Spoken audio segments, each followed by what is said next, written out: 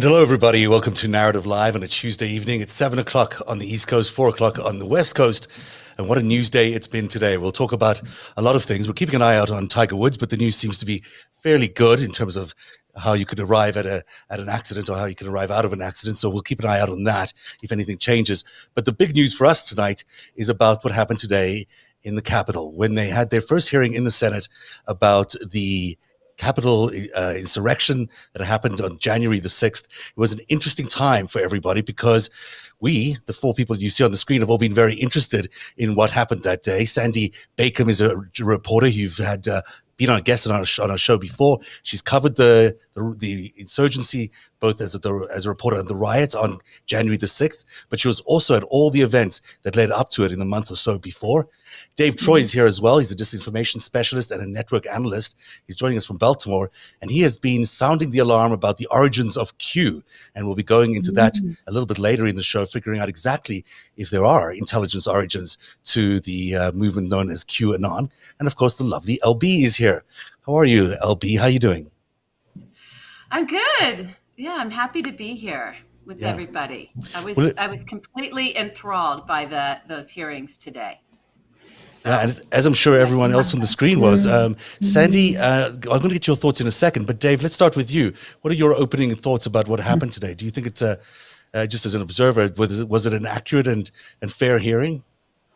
Yeah, I think it was. The thing that kind of struck me was that there was pretty widespread agreement amongst the people that, the witnesses that presented that this was a coordinated attack and that, there was simply no way that they could have kind of prepared for this in any meaningful way. They just didn't have the kind of training to, deal with 1,000 people trying to get in all at the same time. That wasn't a scenario that they had prepared for. So I thought that was very interesting. I also was very, glad to hear that there was widespread agreement that people were stunned by the delay of the Army and the Pentagon to deliver National Guard troops. I think that's going to turn out to be a really key element in this, the degree to which this could have been prevented but wasn't because there weren't sufficient resources allocated. And then, I think it was notable that Senator Johnson decided to take the opportunity to spout a bunch of disinformation. As people that watch disinformation, we're pretty well tuned to that. And, that was as blatant and raw nonsense as you could possibly come up with for that scenario. So I think that stood out as being, I think, an anomaly. And I think that's good because really most other people recognized that this was a very unusual event and that we needed a different kind of planning and that it was in fact coordinated. Sandy, tell us a little bit about your perception. You were there on the day. You were in the crowd. You were shooting video as the crowd started moving in towards the Capitol from where Donald Trump was speaking. And your sense is that there was no real police cover for that day, and that was unusual. Tell us a little bit why you say that. When I got I actually was credentialed. I got press credentials, but I didn't get them. I've been to Trump rallies before, and you get credentialed. I was really surprised that they gave them to me, but you had to get there at 6:30 in the morning to get them, and I was afraid I would get stuck there because once you're in, you can't get out. It turned out to be different, but so I wound up at the Ellipse about 10 o'clock, and people were streaming, tens of thousands of people, and there were already speakers. Rudy Giuliani was on at that point. And I was in the back, and there were no police. I mean, with that many people, there was no police presence at all. And would normally be the National Guard, or was that the normal? Well, no, not the National Guard, but the National Guard had been caught. We knew, the press knew it was going to be violent because we had been to the other two. And the one on the 12th of December with the Proud Boys, it was more Proud Boys than I've ever seen in my life. And that was extremely violent. There were 4 stabbings that night. I remember that. The minute the sun goes down, that's when they come out. And the cops came, they swooped in from nowhere on these bicycles with helmets and riot gear and pepper spray every time there would be an incident, we were, the journalists go around, they go, oh, there's something at 16th and whatever, Pennsylvania. And then we have to walk over there because the whole area was shut down. And then there would be pepper spray and a lot of very violent fighting on the 12th. And I think that was a precursor, a dry run. Enrique Tarrio took hundreds and hundreds of Proud Boys out to the mall that night before on the 11th, and they all got down on their knees and they prayed they prayed to God for this holy war. We're going to battle. That was like. But on this day, on January the 6th, there was not the right kind of police presence, so nothing compared to what you've seen before. And this, and even when they got to the, I'm going to play some video while we're talking here. Some of this is from you, some of it is from other people. But what it'll show you the extent with which the Capitol Police were under so much pressure that day, because that was only them against 40,000 potential protesters that showed up, and there was no backup from. It seemed like the city police wasn't really there, and it didn't seem like the National Guard was sent in until 2.5 hours later. That to me feels like a setup. Really, they were set up to fail. No, the National Guard, what was infuriating about the hearings was the National Guard, we called at 109, but they didn't send him. The National Guard did not show up till I left at 5:30 or 6 when the curfew was the official time. Yeah. Was that right? Okay. Yeah. So I left at 5:30. I filmed a guy saying at 4:30 saying Bowser asked for the National Guard and the Department of Defense said, no, thank you. Mm-hmm.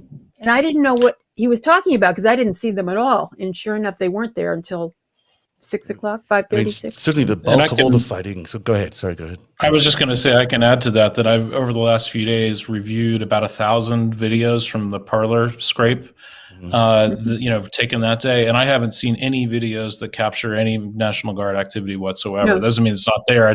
They're not in the videos that I've seen so far. Some of this video, we're watching now, look at this crowd just surge forward, and there's no way for these Capitol Police guards to do anything. I mean, they really are hopeless in this situation and helpless. And LB, you were mentioning today that there was one of the guards who was testifying this morning. It was a woman who has only read a statement and then was ignored for the rest of the hearing. Oh, you're on mute, I think. This is when they should have called the National Guard right there. You see that? When they're breaking through the barricades? Right. This is when it seems like the National Guard would just let in. I mean, the Capitol Police just let them all in. It doesn't even look like there's very much resistance, which maybe is why there's 35 members still under investigation as to what they were doing that day and on whose side they really were. Sorry, LB, I don't know if we can hear you. That's okay. It was my problem. I had it muted. No, I was just shocked that, and maybe it's because there's classified stuff, because Klobuchar did a hat tip to that, share what you can that's not classified a couple times. But a Capitol Police officer was there to give her testimony. She gave a statement. In her statement, she revealed, I think, a lot of incredible stuff about what she experienced on that day. And part of it was her testimony saying, oh God, look at the blood. I filmed some of that too. Yeah. That there was military grade CS gas. I think that's tear gas, but military grade, which means it would have had to have come out of, I guess, a military facility. I don't know.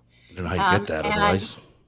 Right. And then that's what triggered for me that memory, because, there was that, it was in Thomas Cantwell's, or Caldwell's, I'm sorry, charging document that someone had sent him a communication.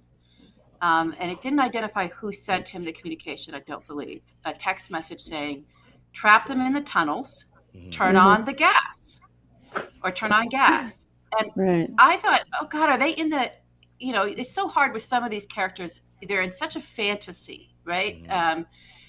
So I was like, is this someone in a fantasy thinking that they can take over the gas lines in the Capitol and somehow turn gas on because they're just in their mania?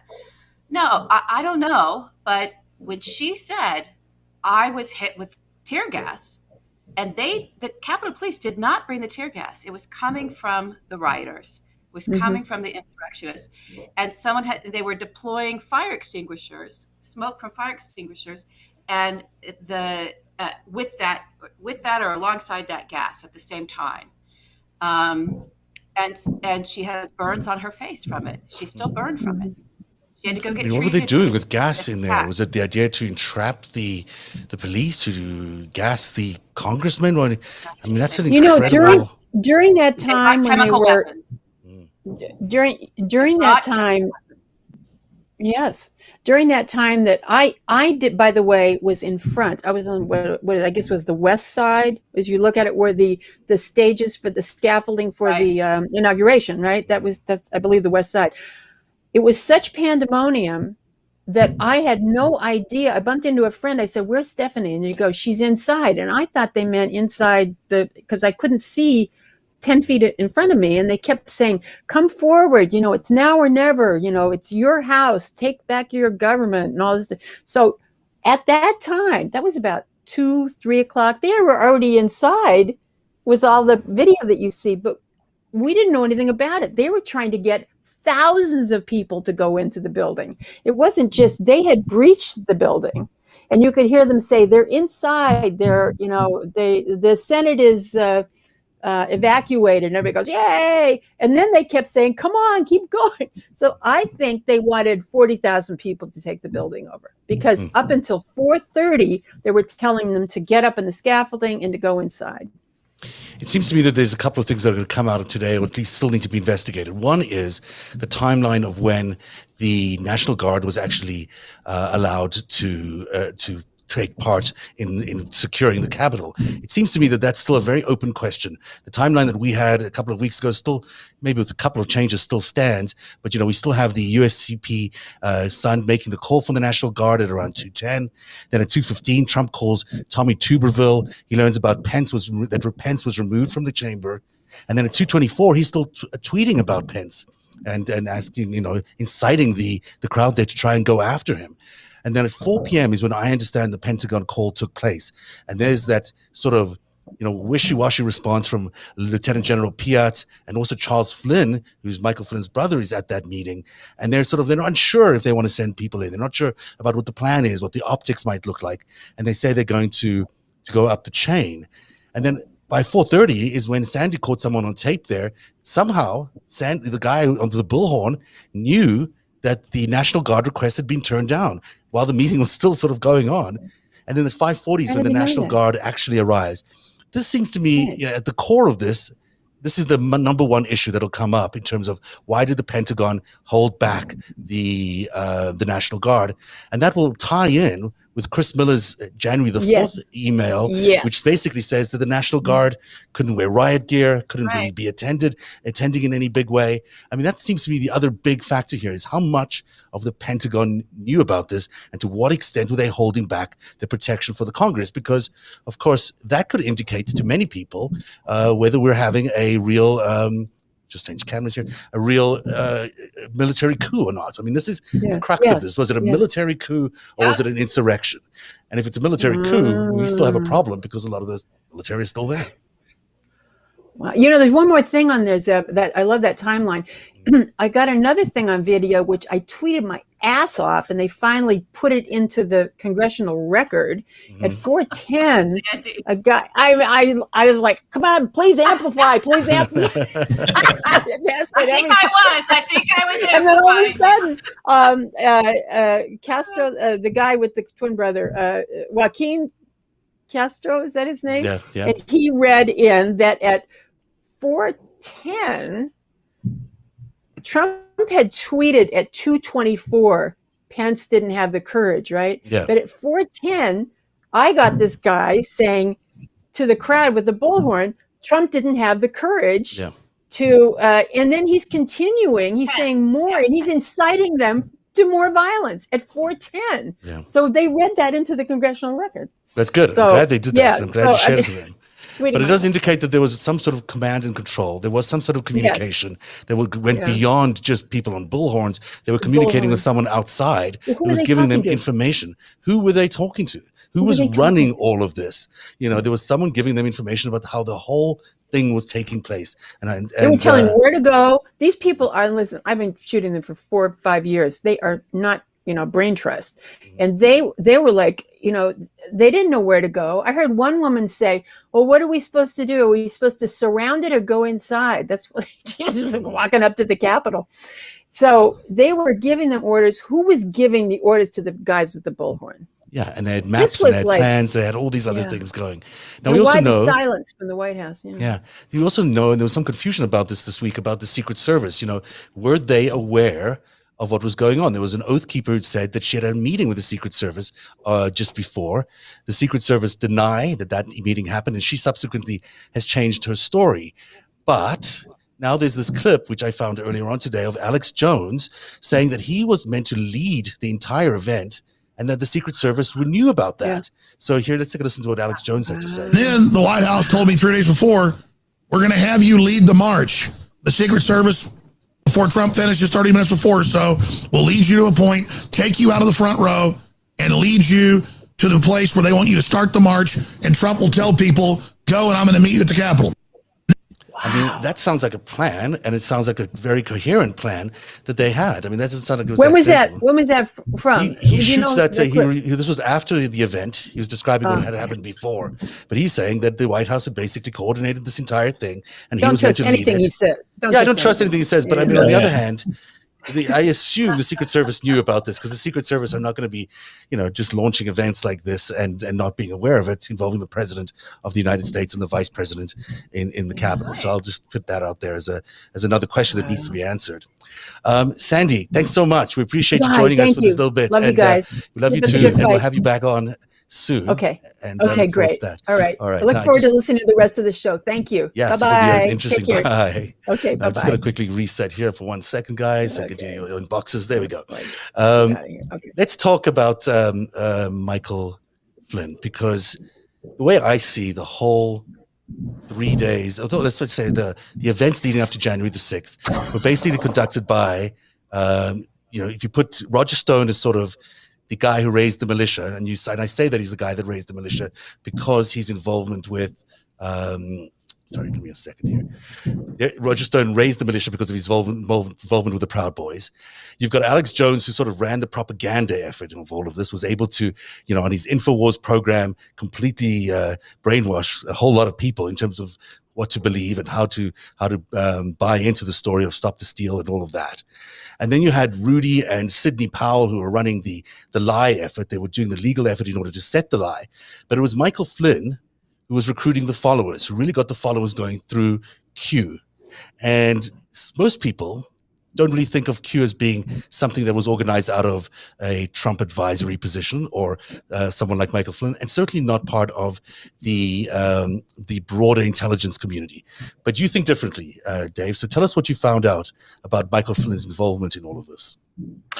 Yeah, so I think it's important to first kind of, set the expectation that we can't prove at this point, what this thing necessarily is. But what we can point to is a lot of evidence that has accumulated over time in terms of what people's specific actions have been and that sort of thing. So, I may have my own opinions about what's going on, but in terms of what we can prove, what we started to notice was that, there was a lot of promotion of these kinds of narratives by former military people, especially by Michael Flynn, that he consistently appeared in the center of this narrative about, the digital soldiers and, the kinds of narratives that he was pushing about, being a patriot for the country and serving and all of this kind of thing, preventing the country from falling into the wrong hands, creating a lot of fear. And then also, asking people to take this, digital soldier's oath that he did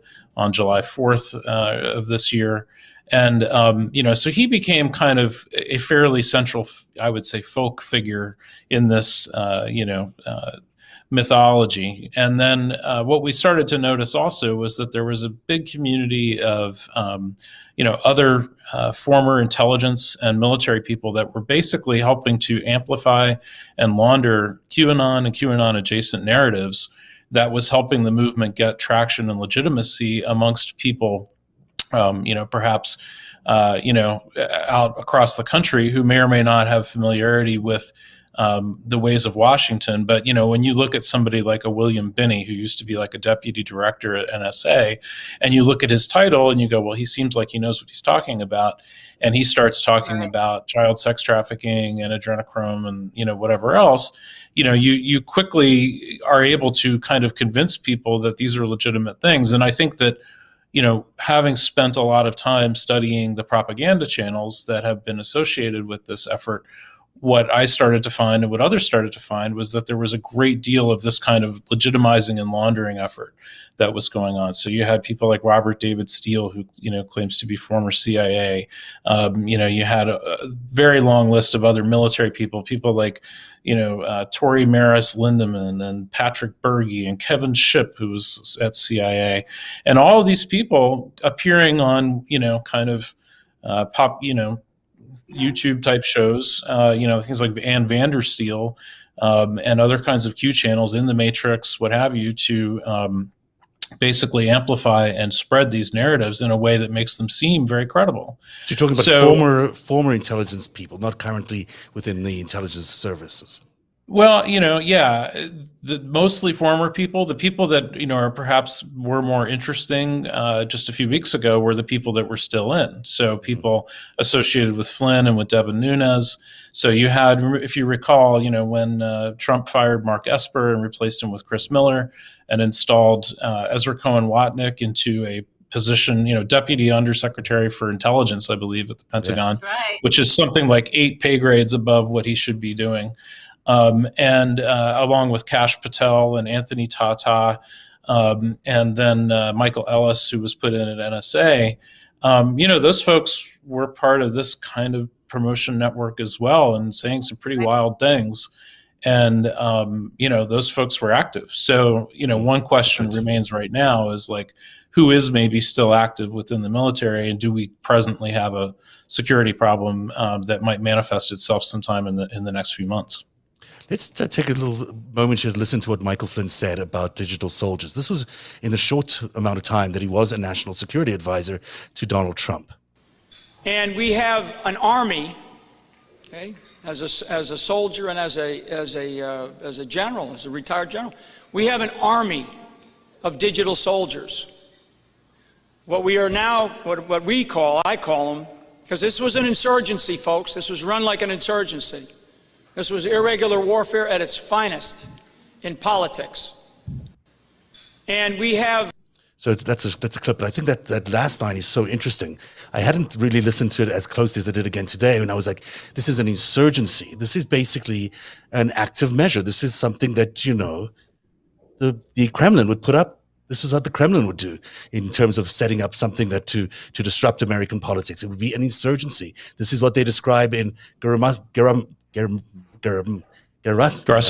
Thank you. Gerasimov. I can't get that right. The doctrine, I'll just call it the doctrine. But the Gerasimov doctrine does go into how they would do this kind of stuff, and it would look and feel exactly like what Michael Flynn is describing there.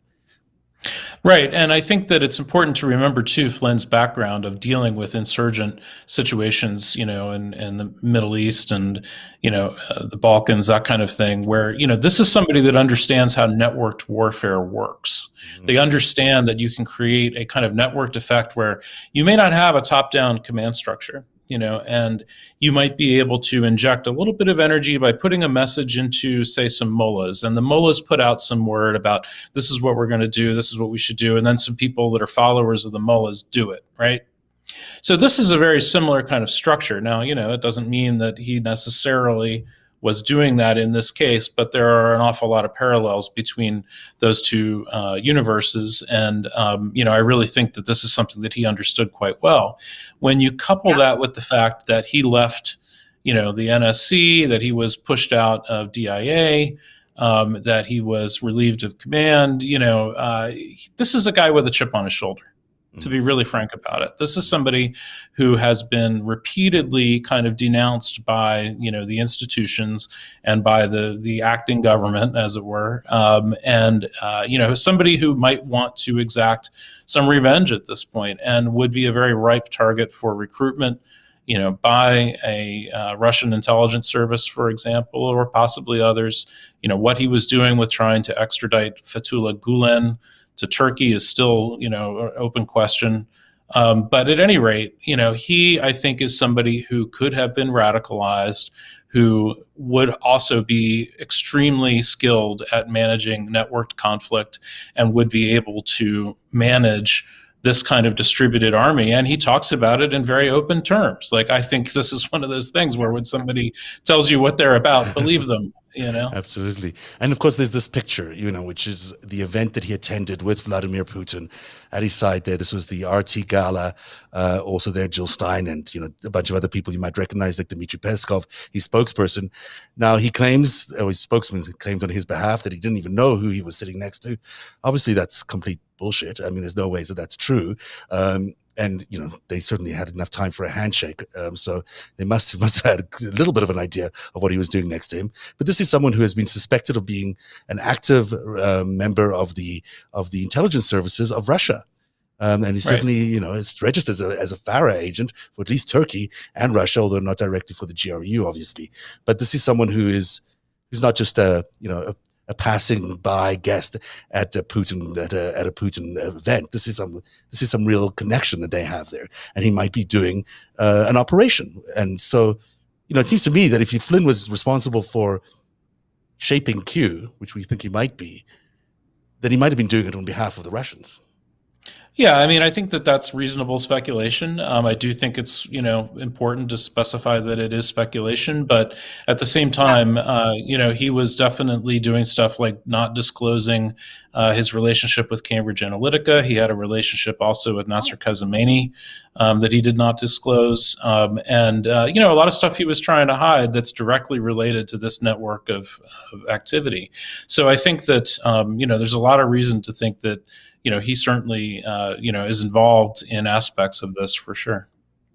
LB, you've got your own take on this from your own investigation into this world.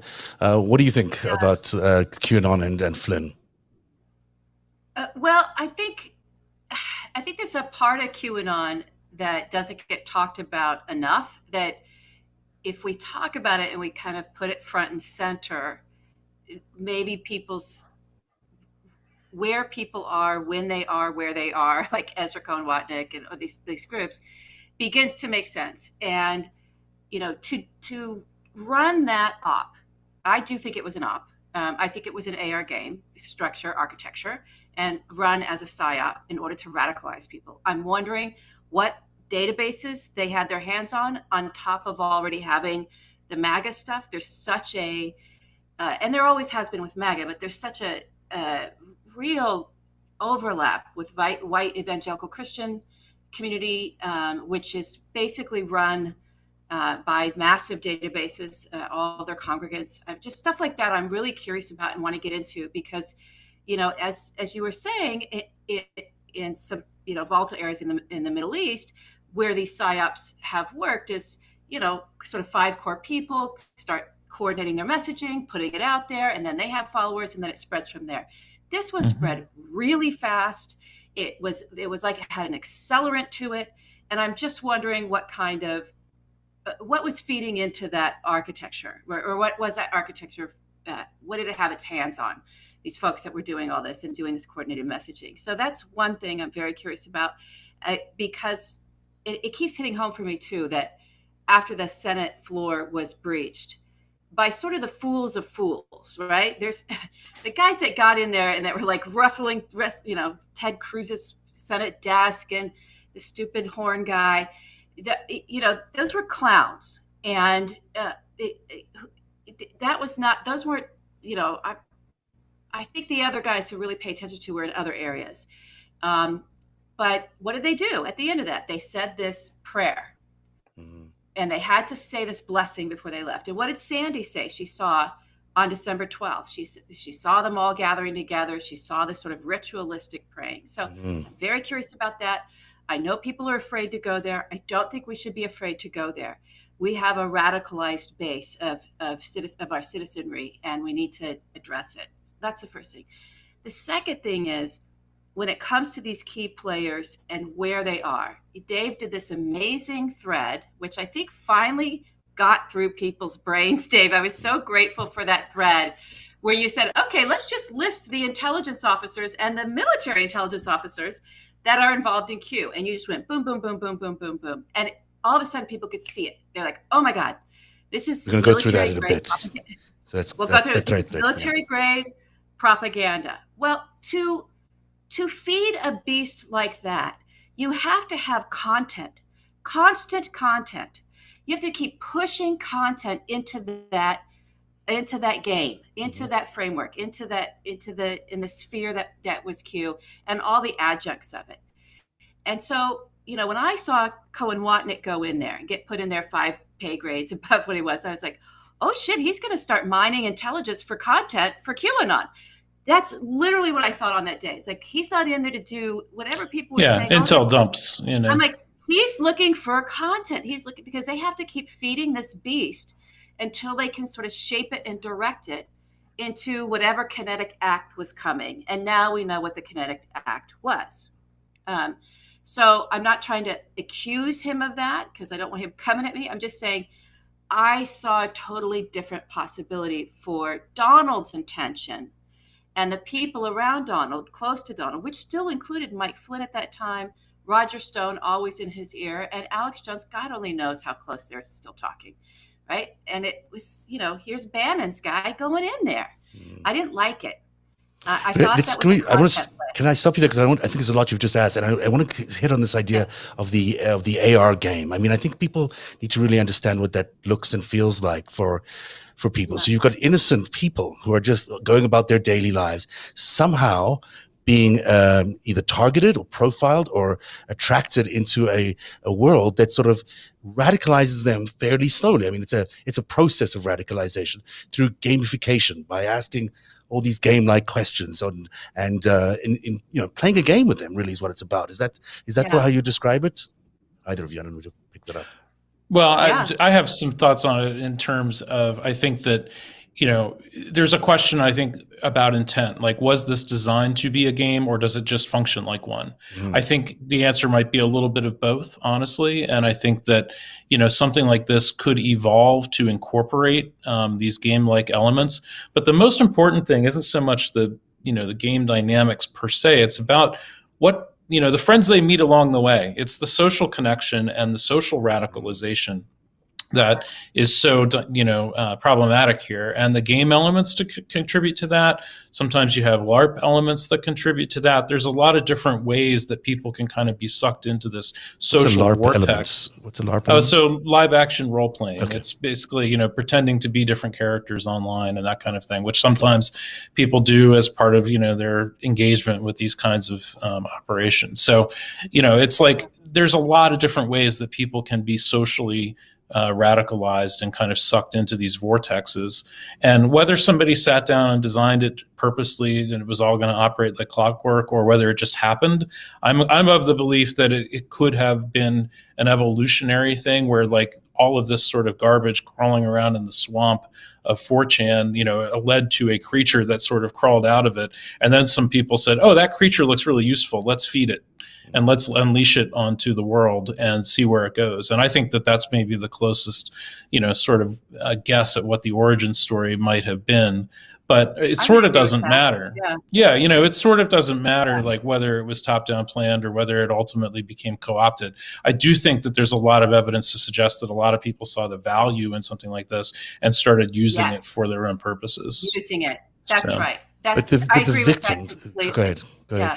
So, but the victims who are getting brainwashed, how does that, this is the ordinary Americans being attacked by the intentions of potentially a foreign intelligence service and having their brains messed with to the point where they're willing to go in and raid the Capitol. I mean, it sounds kind of sci-fi world. It doesn't sound real, but it's in fact what's been happening. Well, from my perspective, this is a phenomenon rooted in social capital. So I talked a minute ago about the social dynamics of radicalization. And basically what ends up happening is you start to, as you go down these rabbit holes and believe these weird things, you start to push your family further away. You start to kind of erode the strong bonds from your family and friends that you've had your whole life. And you start to take on these new bonds with these communities and with people that are online and maybe people that you video chat with or whatever, but they're fairly weak connections that you have with these online communities, as where your real world connections are quite strong. But as those weak online ties start to overwhelm your real identity, which really is rooted in your relationships with other people, it can become quite radicalizing to the point where you are willing to enact violence and that sort of thing, as we saw on January 6th. One thing I think is notable is that a lot of people that got sucked into QAnon kind of just as quickly came out of it. Now, this is for the people that did come out. They kind of went, whoa, what happened to me?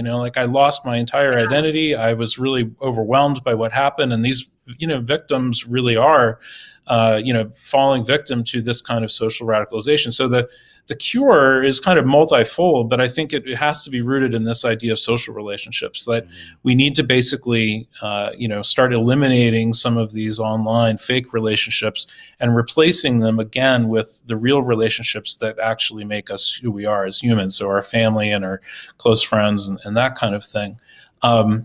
And that's a really difficult thing to kind of do. I mean, it's people talk about deprogramming people from cults and stuff like that, but really what that process is all about is this same thing of restoring strong social ties. So, that's sort of how you fix it in terms of how to prevent it from happening in the first place. The first thing I think we need to do is recognize that stuff like this is real and that it's very dangerous. And then the other thing we need to do is to figure out how to make our population less vulnerable so that we are more connected across these exploitable divides. So if you think about, if you were Russia and you wanted to attack the United States population based on social weaknesses, you look at urban versus rural, you look at race, you look at, rich versus poor, there's just so many wide open vulnerabilities that are so freaking obvious that an adversary could choose to attack, and they could do it really inexpensively as well, because we have just this wide open thing where you can inject information into our bloodstream and we react to it and we get all hyper and, and then you're off to the races. So I think that, a lot of this is thinking about, in 20 years, what do we want the American population to look like in terms of our connections across those exploitable divisions, and how do we reach that? My opinion is you might employ something like national service and increase the size and scale of stuff like that. But, I think there's a lot of other things we could do too, including fixing platforms to make them work better, et cetera. So anyway, that's my one of the things that may be interesting here is, and I haven't forgotten the other parts of your question, is just to roll some tape that Sandy gave us from earlier on. She, during her shooting at these various events, she came across a few Q people, and she asked them what she thought, if they could explain Q to her. And this is some of the reactions. I think it's really interesting to get a sense of what they really are like. Q. Q is the 17th letter of the alphabet. It is gematria, which is a language I'd never even heard of, but is used a lot for people with power, we'll say, whoever those people might be. And it's the most simple language you can imagine. All you do is you take the alphabet and you add a letter. So A is 1, B is 2, C is 3, D would be 4, so Q is 17. That's important because that's a way you can learn. These posts, we've had over 3,500 posts by this group of what I believe to be military intel close to the president, who created a backdoor, sort of digital, grassroots way of educating patriots by just simply asking them questions. All QAnon, all of us. JFK Jr. is alive and he's waiting to come out of hiding because they tried to kill him. What did they say? QAnon. QAnon. QAnon. Yeah, we're all QAnon. Sure you are. JFK Jr. is alive. JFK Jr. is in protected custody because they tried to kill him, just like they killed his father. He's alive? He's alive. That's not for us to know. Walk away. What we are is we literally look at the Q websites, the Q drops, and we dissect them. And it's really just a military intel who tells you to think for yourself, follow all of the threads, the past ones and the present ones, and figure it out and look up the truth. And you can find it for yourself. That's not a cult. Somebody that tells you to think for yourself isn't a cult. So quite a spectrum there, but they all seem to have, it's almost cult-like zeal in their eyes. I mean, they really do feel like they're just in a different world and sort of brainwashed. You can sort of get that sense out of them. Yeah, you're right. It reaches women very effectively. Yeah. There are a couple of events that happened in the evolution of the Q radicalization in terms of how, I think what you were saying, Dave, earlier is so important. There's an opportunistic thing around the folks that were pushing this, right, and feeding it, like Flynn having his whole family take an oath, right? And so it's not like everything's pre-planned. Again, there is a need for content. But when you have an event like Brett Kavanaugh was a really polarizing event that could be, you had some of the actors around all that turning that into, we had to sort of protect Brett. And so that was something that engaged women too, because it was like, think of your sons. And there was just overall propaganda around Kavanaugh with all of these operatives. And so I saw at that time, a lot of people starting to sort of share stuff because they were all of a sudden questioning everything, right? And then you had also Jeffrey Epstein's death. And that was like explosive. If you were watching it, it was just all of a sudden, Jeffrey Epstein didn't kill himself, became part of this whole thing because they could evoke Hillary Clinton, who was always and the Clintons were always at the core of Q in some way, right? And this is another thing that I think that I think Michael Flynn, I definitely think he's, not working for us. He's been working for others for a while, but he's also a kook. He's a loon. And he's angry. He's angry. He blames Hillary Clinton for his sort of fall from grace instead of himself. And he's vengeful. And so this is a perfect Q. The Q community is perfect for him. And he probably is the one who invented that oath because he knows how to invent oaths. I mean, God only knows how deep this guy is in the content itself that's at the core of Q. But when you had that Jeffrey Epstein death, boy, did they jump on that. I mean, that was just like, right? And then you had the circumstance of COVID. Then you had this sort of everyone's inside. We're shut off from our social connections anyway. And that was another thing that just a bigger event, more long-term event.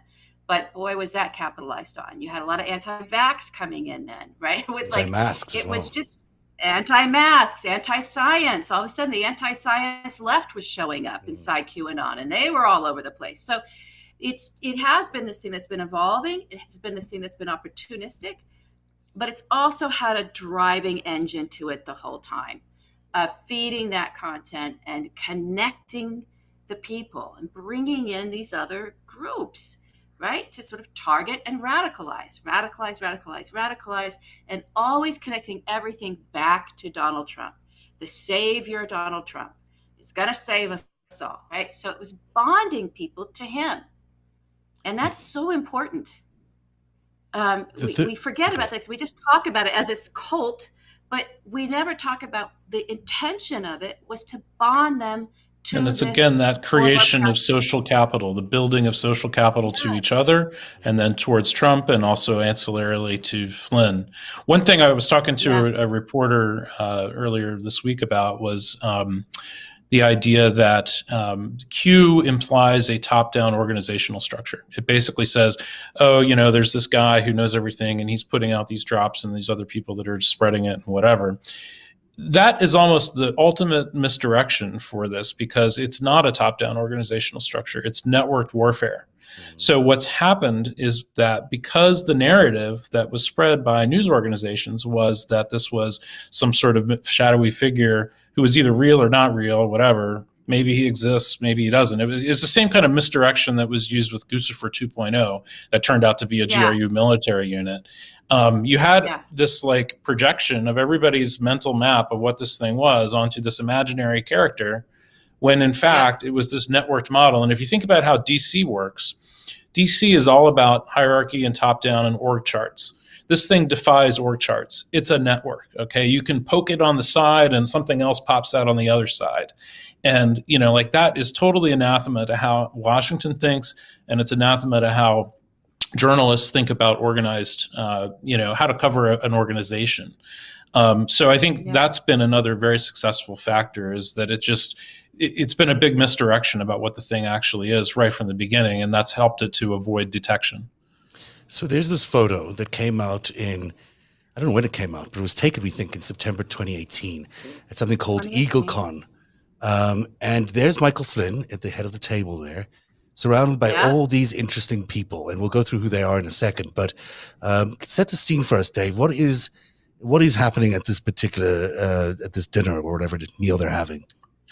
Yeah, so this is related to the Phyllis Schlafly EagleCon organization. This is basically, the old Phyllis Schlafly group that, came out of the opposition to the ERA movement back in the early 80s. And they went on to become very influential in terms of, conservative policy and that sort of thing, and very tightly connected in with the Council for National Policy and other, right-wing policy groups. And so they had this event in 2018, and I guess it's an annual event, but this 2018 event was honoring Michael Flynn.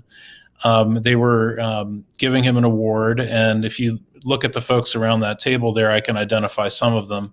But some of the key people include Jim Hoft from Gateway Pundit, who is local to St. Louis. Well, I'll put up some slides that help some people identify. There we go. Yeah, no, it's Jim Hoft, H-O-F-T, actually, not H-O-F-F. I'm sorry about that. Cassandra Fairbanks, who is a well-known former Sputnik employee who is, a blogger and LARPer, that sort of thing. And then Jack Posobiec, who is also Russia-linked, pushes a lot of Russia-related content. And then, various other folks in that circle, tied to Flynn and or to the Schlafly group. But, also in this, Mike Cernovich, who's another one of the kind of Posobiec Fairbanks network, Mike Flynn Jr., who's Mike Flynn's son and is tied into this, Joe Flynn, Mike Flynn's brother, and various spouses and that kind of thing. And it's, I think, quite notable that the entire Flynn family is part of this enterprise, including Flynn's sister, Barbara Redgate.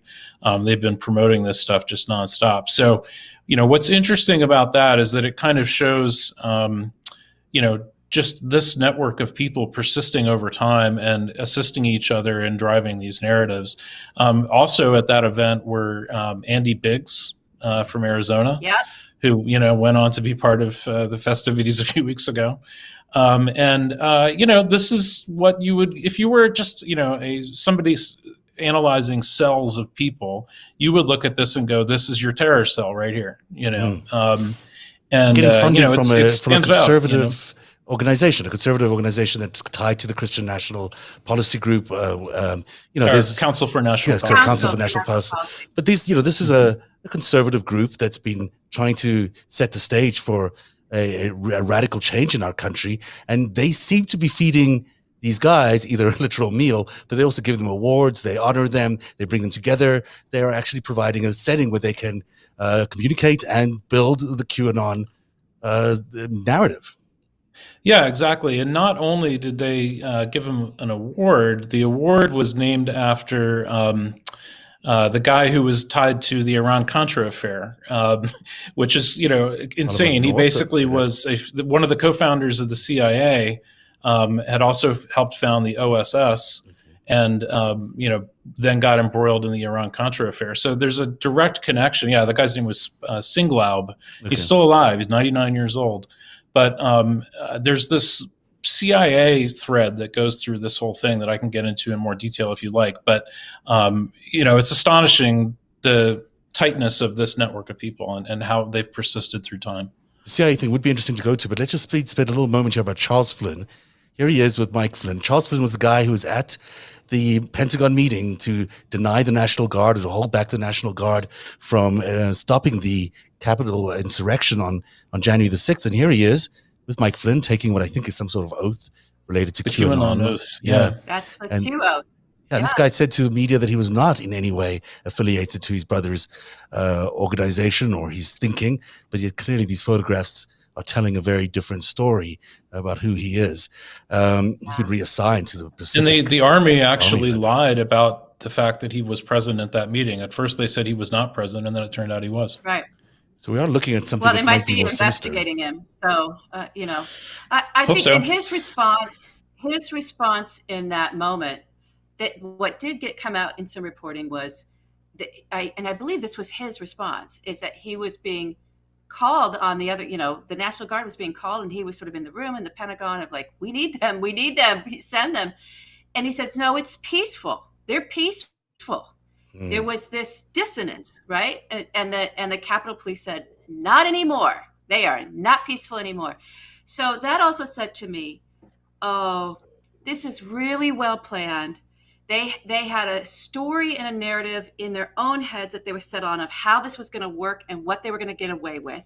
I don't know how many people were read in on the violent planning, but certainly, this idea that we're going to start where Trump is, and we're going to, I always forget the name of that place, and then we're going to march to the Capitol building and create such a noise out there that they'll have to stop what they're doing and listen to us. That was the plan that even the Pentagon was aware of and was okay with, and was withholding resources because they couldn't conceive that it wasn't going the way that it was so carefully planned, that there were people that have breached it, and that our lawmakers were in life and death situation.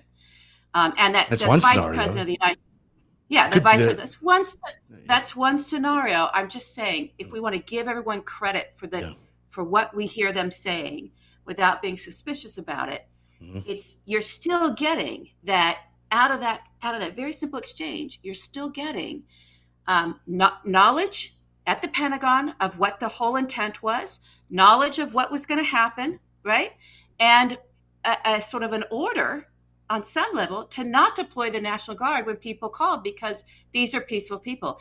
And that is exactly the horseshit that came flying out of Ron Johnson's mouth today. The exact story. The exact story. There are peaceful people. It must be agitators.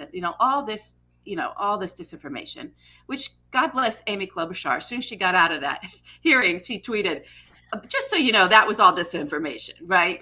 That's not what happened. And I think it's also why she started the whole hearing, by getting everyone to agree. And they did. There was no pressure. They just willfully testified. Yep, it was planned. Yep, it was coordinated. Yes, it was violent. Yes, they were Trump supporters. Yes. Because I think that's still not getting through some of the people's minds that are still very heavily involved in. I really do. I thought that was great to establish that. Yeah, she was strong at the top there. Me too. I thought it was amazing. Dave, I wanted to ask you this because I almost saw this in the Capitol Police, the former head of the Capitol Police, I can't remember his name now, that was there, and he got a lot of questions I think asked it was. him. Stephen Sund. Stephen Sund. And you saw the Republicans kind of going for him like he was their guy, and they were kind of, do you regret resigning? And wasn't it okay? And wasn't it this? And it was sort of like they knew ahead of time, this guy's the guy that's going to sort of support whatever, however we're going to couch this to make it not seem as horrible as it was. And he was willfully kind of, yes, he was going along. And I thought, I think this guy, I wonder how much of this was a Capitol Police issue too, just in Capitol Police. That if you're a Trump supporter, if you're in that MAGA information system and not in the rest of it, if you're watching InfoWars and you're watching Fox News on your time away from your job as a police officer, you might have that false narrative going as if it's reality for yourself as well. And what a disconnecting experience and disconcerting experience that must have been, to all of a sudden see this thing coming at you to kill you and to run over you out of your own narrative.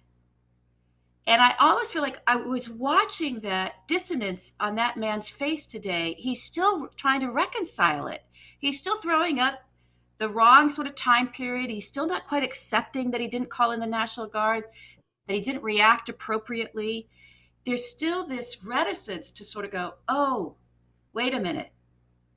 We thought we were the good guys, but really we're the bad guys. Like they're not there yet. They're still in the, but we're good people, but these were nice people, but we're good, but all we want is to support the president, and that's just crashed. January 6th, it just crashed right into, nope, you're violent insurrectionists. That's what you are. You're terrorists. And they're not there yet. I don't think that guy that had the Capitol Police, former head, I don't think he's there yet. The new head of the Capitol Police is like, he's there. He's like, yep, it's a bunch of white supremacists, and they're coming for us. Yeah. Right. But the former guy, less so. Yeah, no. And I think that, we need also to get a full accounting of what was going on with that Capitol board that was supposed to approve extra resources and all of that. And then also the members of Congress who were giving tours the day before and who are still serving in Congress. Yeah. What on earth is going on with that? It's insane. So we really need to get to the bottom of all of that. Absolutely.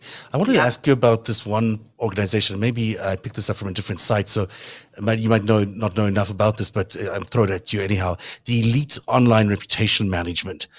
This is something I think Flynn was attached to, or someone in the Q hierarchy is attached to. Does this strike a bell to you for anything? Does this strike a bell? Ring a bell at least? I don't know that particular firm. I'm familiar with another firm called Shadowbox that was supposed to do similar things, and which has some possible connections to the Q world.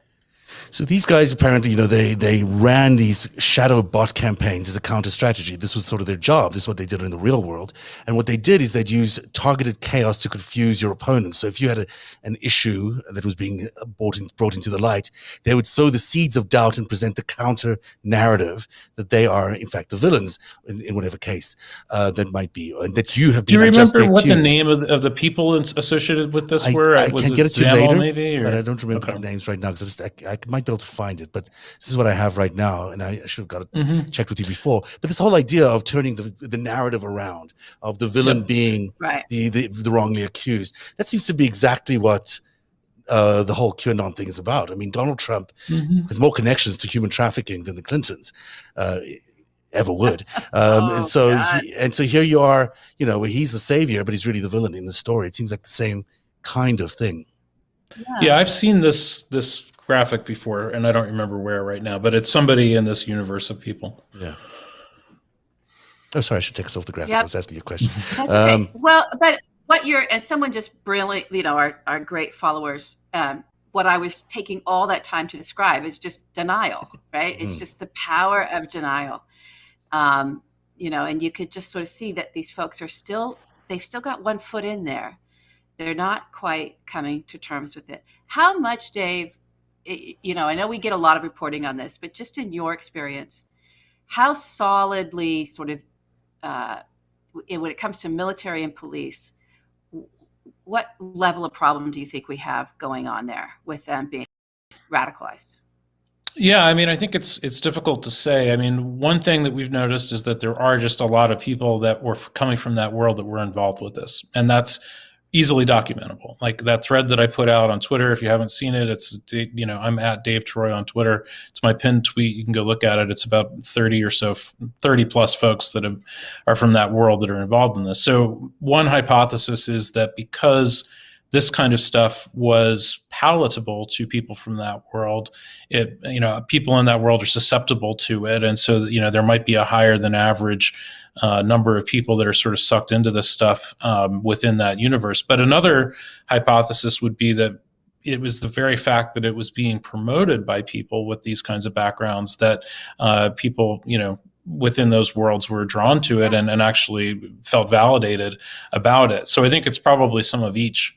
But at any rate, the question then becomes, what's the current issue with radicalization within the military? And I think that that's really an open question. We don't really know the answer to that. But I think, all of us here certainly were surprised that the Capitol was not as well protected as it was. And now that we're learning the reasons why, that there were infiltrators probably across multiple branches of government and the military, Like that's a real ongoing concern. What's going to be the next test of American security when we assume that we have the problem dealt with, and in fact there's a weakness because we have an insider threat. And I think that needs to be really honestly assessed. And I'm not sure entirely how we do that, but I think this gets back to the old Rumsfeld, known unknowns and unknown unknowns. We now know that this is a known unknown, and we need to pay a lot more attention to it than we did before, where we just treated it like an unknown unknown.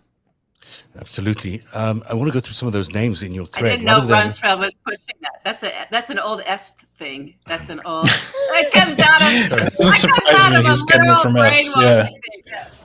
So one of the names you have is Robert David Steele. Like, who is this guy? He's this guy? Yes. Well, Robert David Steele is an interesting character. He apparently was associated with CIA. I've heard tell that he used to work at CIA. I've also heard tell that he was just a contractor, so hard to say. But he started championing the idea of open source intelligence around the early 1990s, which on its face sounds like a pretty cool idea. But over the course of time, he started to espouse a lot of pretty wild conspiracy theories. He joined up with a group called the International Tribunal of Natural Justice, which was founded by a Rhodesian rock star named Sasha Stone.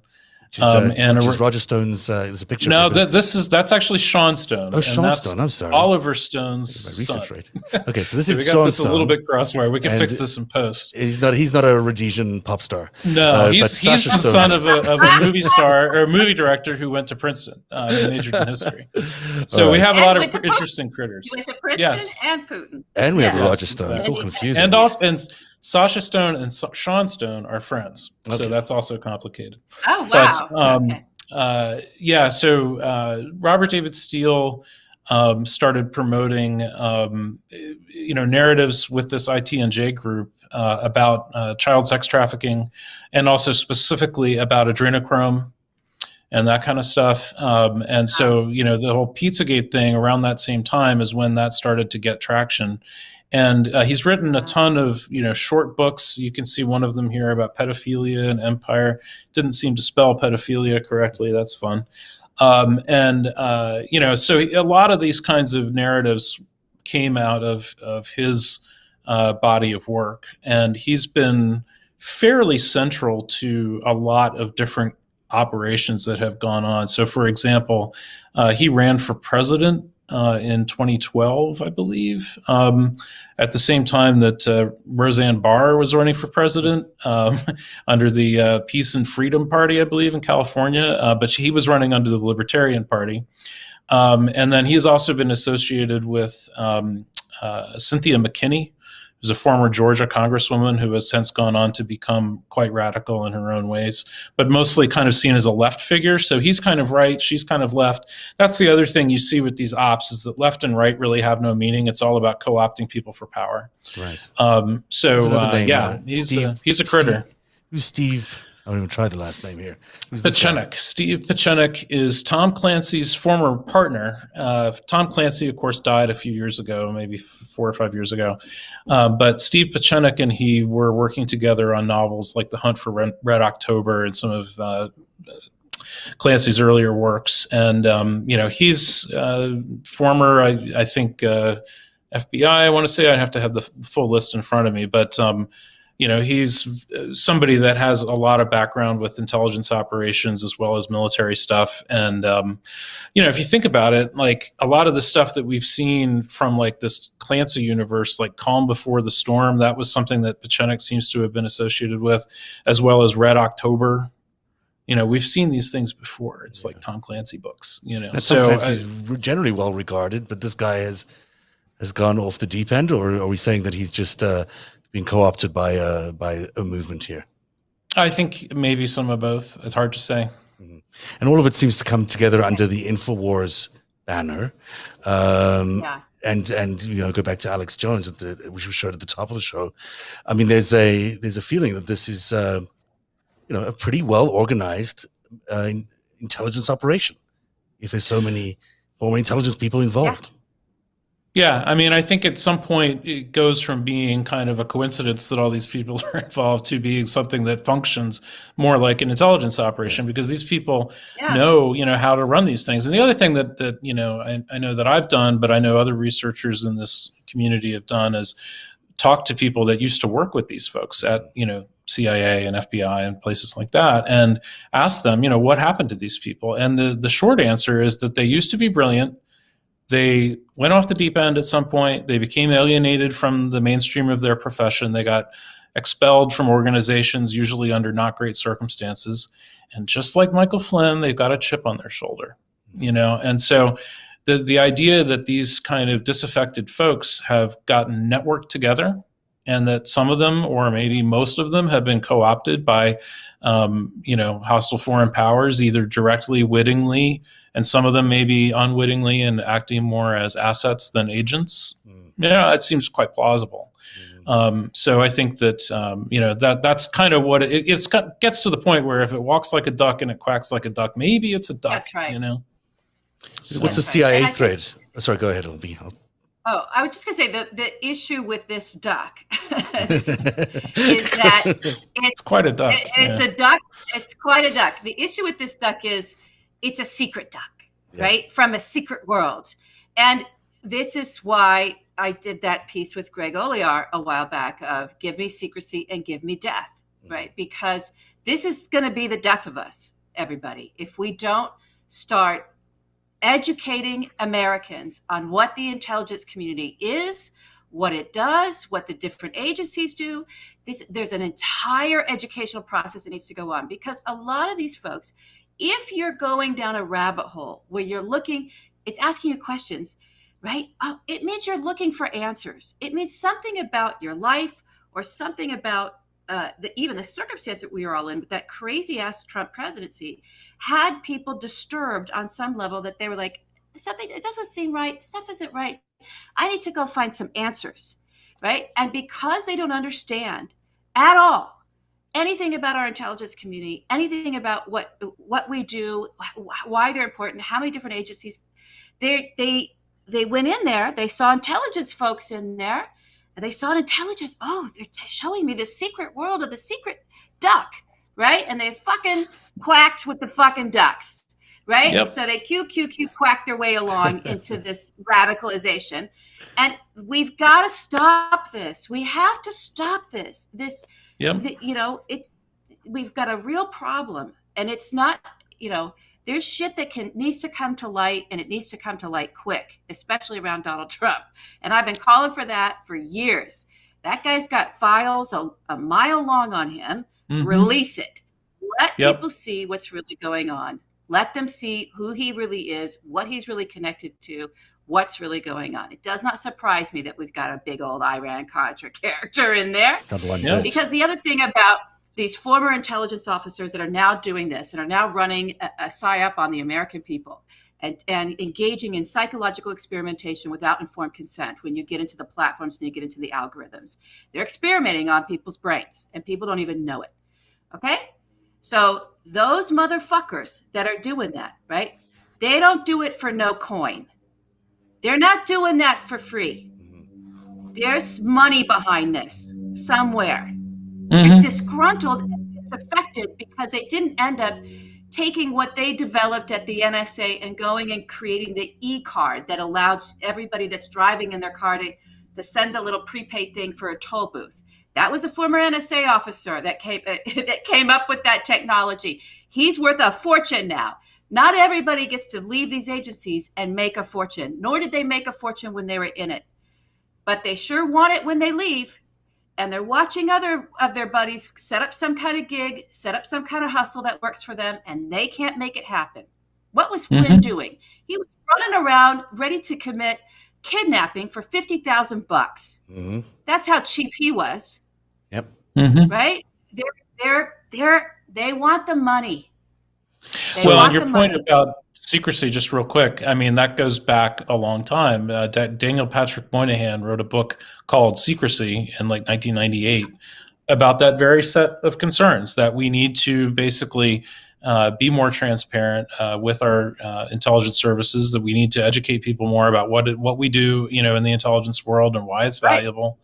And, we're really failing on that front. And so right now, with QAnon being this secret duck, I mean, one of the main things I think we can do is to expose it and go, well, actually, it's just this really stupid duck that was put together with these components and for these reasons.